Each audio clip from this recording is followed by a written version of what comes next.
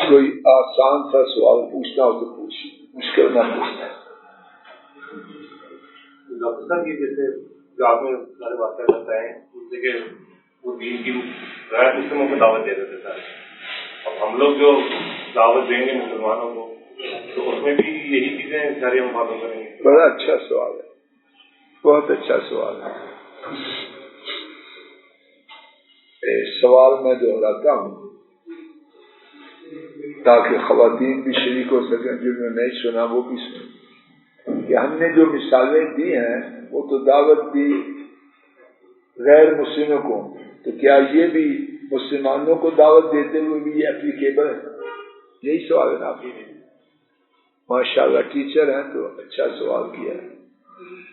تو میں ان کی ٹیچنگ کی لائن کی مثال دیتا ہوں۔ یہ اسکول میں ہمیں پڑھاتے ہیں چیئرٹی بگنز ایٹ ہوم، پڑھاتے ہیں کہ نہیں؟ یاد کرو اپنے ڈنڈے میں، پہلے اب ڈنڈے مارنے کا رواج نہیں، لیکن پہلے تو اول خیش بات درویش، اور حدیث شریف میں ابدا بمن تعول، انگریزی، اردو، اور اس سب سے پہلے ہمارے سروں کا تاج حدیث شریف ہے۔ خیر کا آغاز کہاں سے ہوتا ہے؟ وہ تو اپنے گھر سے ہوتا ہے۔ تو جب دوسروں کو تقسیم کرنا ہے تو گھر والوں کو۔ یہ ویسے تاریخی طور پہ چونکہ یہ واقعات سامنے ہے، وگرنہ اس قسم کی بھی اللہ کی فضل و کرم سے اللہ جانے کتنی مثالیں ہیں کہ مسلمانوں کو بھی نصیحت کی، فوراً جتنی بات کا علم ہوا اس کو مسلمانوں کو بھی بتلایا، غیر مسلموں کو بھی بتلایا۔ وہاں یہ تقسیم نہ تھی کہ یہ دعوت صرف غیر مسلموں کی، یہ بھی ایک فیشن ہے، جاؤ جا کے کافروں کو ہم تو پہلے مسلمان ہیں۔ اب اس کے لیے ایک بڑی سادہ سی مثال، نبی پاک صلی اللہ علیہ وسلم جو خطبہ جمعہ دیتے تھے اور مسجد نبی میں درس دیتے تھے، وہ ابو جہل کو دیتے تھے، ابو بکر کو دیتے تھے، عمر کو دیتے تھے، عثمان کو دیتے تھے، عشرہ مبشرہ کو دیتے تھے، وہ سب سے قریب ہوتے تھے رضی اللہ عنہم۔ تو چراغ تو اندھیرا تو نہیں کرنا۔ صحیح بات یہ ہے کہ دین کی دعوت جو بات آپ تک پہنچی، جو بات مجھ تک پہنچی، وہ آگے نقل کر، مسلمانوں کو بھی غیر مسلمانوں کو بھی، جہاں بھی موقع ہو ضرورت ہو۔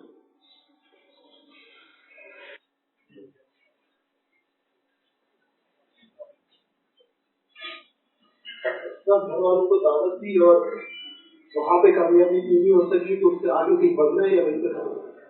بہت اچھا سوال ہے، ماشاء اللہ، ماشاء اللہ تبارک، بہت اچھا سوال ہے۔ وہ سوال جو لوگوں کو پیش آتا ہو وہ سوال بڑا خوب ہوتا ہے۔ روزمرہ کا مسئلہ ہے، اللہ نہ کرے بیٹا نہیں مان رہا تو بعد کی دعوت کیا دے؟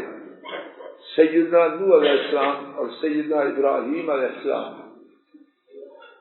ان کے واقعات میں بڑا سبق ہے، اور سیدنا لوط علیہ السلام، ابراہیم علیہ السلام کے ابا نہیں مانا تو انہوں نے باقی لوگوں کو دعوت دی یا چپ کر دی؟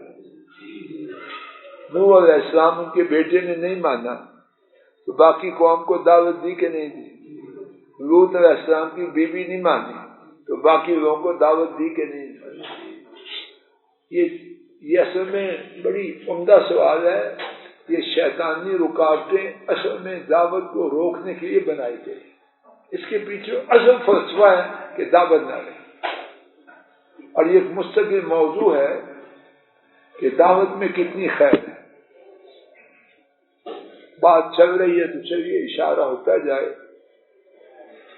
دعوت میں یا اللہ میں بات پہنچا سکوں اچھی طرح۔ عبداللہ جی سامنے ہو جائے بیٹا، بڑی قیمتی بات میرے خیال میں، اور میری نہیں، پڑھی لکھی بات، اچھی طرح نوٹ کرو۔ دعوت میں ڈاکٹر صاحب دعوت دینے والے کے اپنے دین کی زندگی ہے۔ جو شخص دعوت دیتا ہے وہ اپنے اندر ایک ایسی قوت اگر ہے تو اس کو تیز کر رہا ہے، اگر نہیں تو زندہ کر رہا ہے، کہ اس کو مجبور کرے کچھ شرم کر، حیا کر، ابھی کیا کیا ہے. تو اصل میں یہ ساری رکاوٹیں کہ دین مٹ جائے، نہ نیک لوگوں تک پہنچے، جن تک ہے وہ بھی گھس جائے. اور اسکولوں کالجوں میں ہمیں یہی ڈیبیٹس ہوا کرتی، if you want peace prepare for war. اگر بے دینی سے بچنا ہے تو دین کا وار کر دو، اور دین کا وار یہ توپ چلا دو. نہیں، اس سے پہلے کہ کوئی بیٹی میری بیٹی کو کہے اللہ نہ موقع لائے کہ یار پردہ اتار، میری بیٹی کہتے ہیں پردہ کر. تو جب میری بیٹی اللہ کرے ایسی ہو، دوسری کو بیٹی دے ہی نہ. ڈاکٹر صاحب جب آپ کی میری بیٹی یہ کہنے والی بن جائے گی تو کمپیریٹیولی اس کا یہ کہنا کہ پردہ اتار دے، اس کے چانسز زیادہ ہو جائیں گے کم ہو جائیں گے، یہ برابر ہے. یہ قواعد ایکسپشنل کیسز ہیں، لیکن عام طور پر کیا ہے، وہ کہہ رہی راشد صاحب بدبخت کہہ کہ یار جان چھڑاؤ اس سے، کہ تم بھگوانی آ گئی ہے، ایسی بات کہ نہیں. تو بدبخت لوگ یہ اس طرح کی باتیں بناتے ہیں، تیری بیوی نہیں مانی تو کی دعوت ہے. بھائی کتاب و سنت میں کہیں ہے کہ جب تیری بیوی مانے گی پھر دعوت دے. تو نوح علیہ السلام تو بیچارے پھر ان کو تو پتا نہیں تھا، لوط علیہ السلام. اس لیے کوئی بات نہیں. کیا کہتے ہیں ڈاکٹر صاحب، کیری آن چلتے رہو. جو گاڑی میں سوار ہو نہ ہو، تیری ذمہ داری ہے کہ گاڑی کو دین کی گاڑی کو روکنا. بولو زور سے،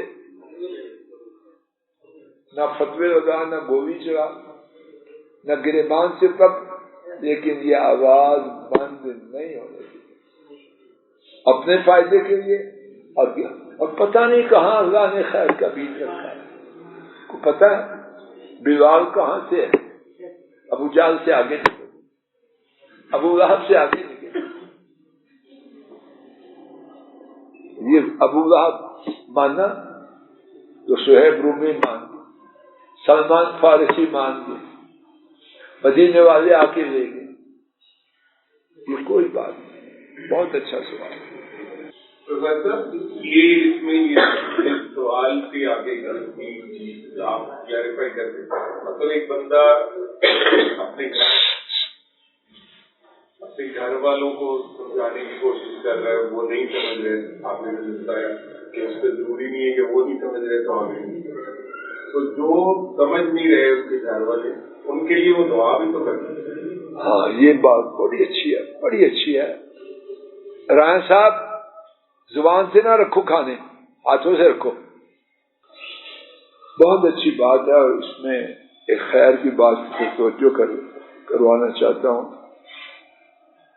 جب تک جان میں جان ہے دو کام نہیں چھوڑنے.